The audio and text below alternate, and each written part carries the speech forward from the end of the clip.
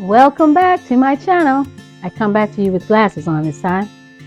We're going to show you the DTF hack or sublimation using the highly flavored DTF powder. So we're going to use a sublimation hack, still sublimation printer on DTF film, using this on light colored cotton fabrics.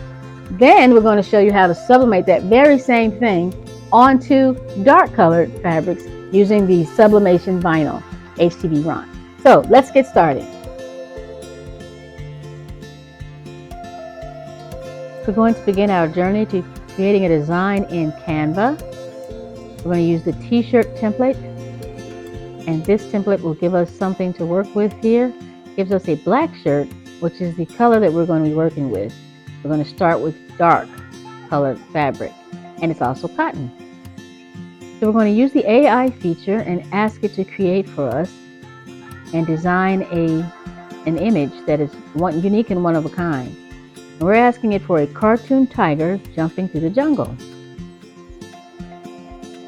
And normally I go through creating the image from scratch from my own brain using either Photoshop or Canva in this case, and sometimes you can use the inside of the Silhouette app itself using elements. But this time we're going to take a shortcut and we're going to use AI. Now here we have our image. It's a little small, so we want to make it a little bit bigger for our shirt. The image, of course, size depends upon the size of the shirt we're putting it on. So if we're going to make it a large or extra large or 2XL, we don't want a little tiny image in the middle of the shirt. So we're going to make it a little bit bigger for our purposes today. Now once we have created this shirt, we're going to send it over to Cameo or Silhouette. And our Silhouette maker or designer, they increase our image here so we can see our board, our mat. For some reason my mat keeps flashing in and out. I don't know why, but it's a little glitch going on with my mat.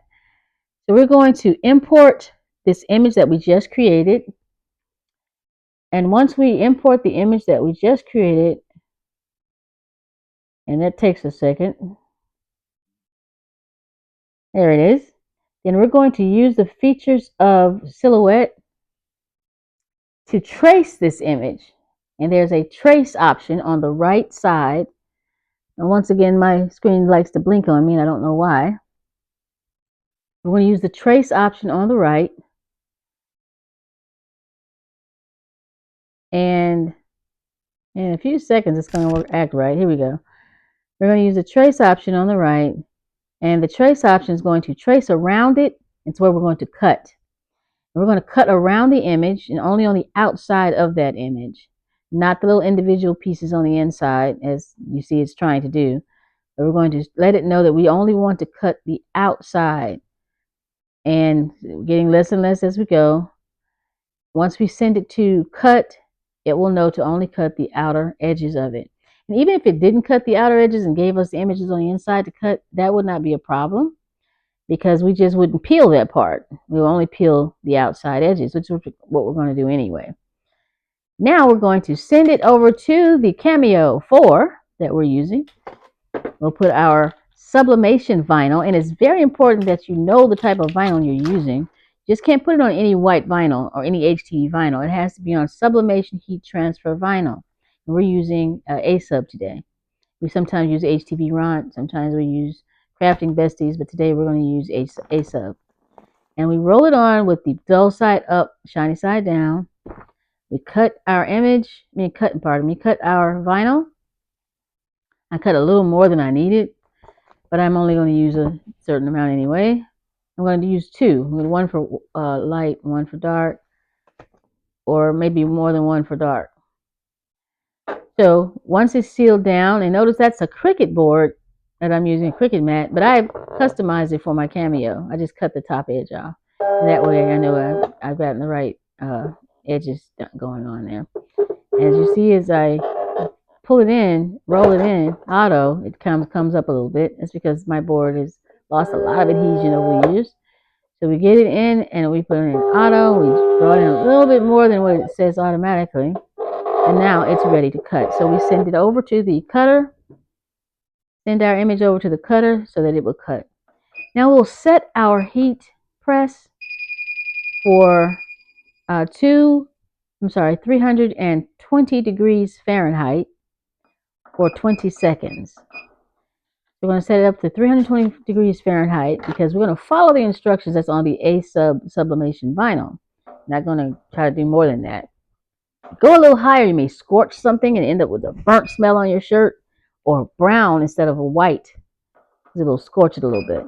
So we're going to set the the heat press, and we'll go over here, and now that the cutting is done, we're going to peel or weed our vinyl. And once we weed our vinyl very carefully, just on the edges and no more, just on the edges, that way the image will have the shape that we want it to have on the outside.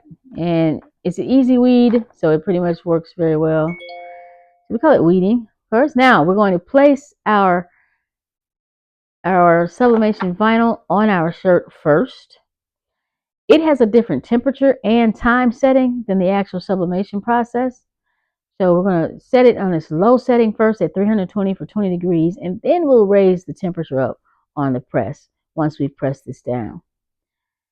So now that we've pressed it down at its 320 for 20 degrees, we all know what's going to happen there. Now we get ready for our printing of our sublimation on our DTF film. The film is taped to a 8.5 by 11 sheet of paper so that it'll slide through my Epson pretty easily. Otherwise, because it's a different type of length and width than it's used to, it's not going to carry it through. So we put it on and we get ready to go over here and print directly from Silhouette. Because it's the same size as what we cut, we don't have to worry about changing in sizes. We know it'll be equal. So we send it through our printer and get ready for our image to print for us. Sometimes it takes a little longer than we expect, but it looks pretty good. Just like any other sublimation, it's going to be a very light color. We're going to show you how that's going to change once we add our DTF powder and then cure our powder.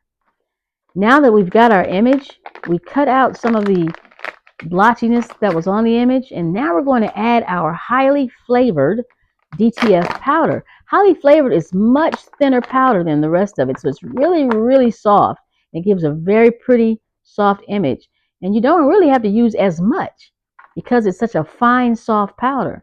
So I recommend highly flavored to anyone who is using DTF printer or DTF sublimation hacks. It is a really soft, fine powder. You're going to realize it once you start using it. As I said in my previous video, it's good to use gloves with this because it does get all over the place in your hands and it gets stuck to it. But this powder is such a nice, fine, soft powder that it went on really quickly and it had an overall coverage. I like to cover mine multiple times.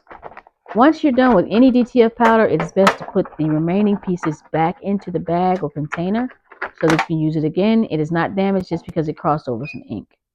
Now we're going to set our press higher, to the higher temperature, because we want to cure our DTF powder onto our image. And curing is about 385 degrees at 90 seconds. Okay? So we're going to cure it. Look at how light colored it is now, and then watch the transfer. Once you cure it, you don't press it all the way down, just low enough so that the timer will start. All right? Just low enough so the timer will start. And once the timer starts, in 90 seconds, look at that image now. Once that powder is cured, that plastic is set, you can scratch anything off of there that was like a roller mark or anything. Now we're going to lay it on top of our white vinyl, our white sublimation vinyl. This way we can get our nice, fully soft DTF powder look on top of white, on top of a dark image. And you might ask, why would we do this if it's already on top of vinyl? It already has the leathery feeling. We want it more than that. We want the image to pop. We put our Teflon down. First I have one sheet of Teflon, then the shirt, then the paper, then another sheet of Teflon, because I am trying to protect my press from any kind of spillage in images. Once we go through our 385 for 60 seconds, we have our image.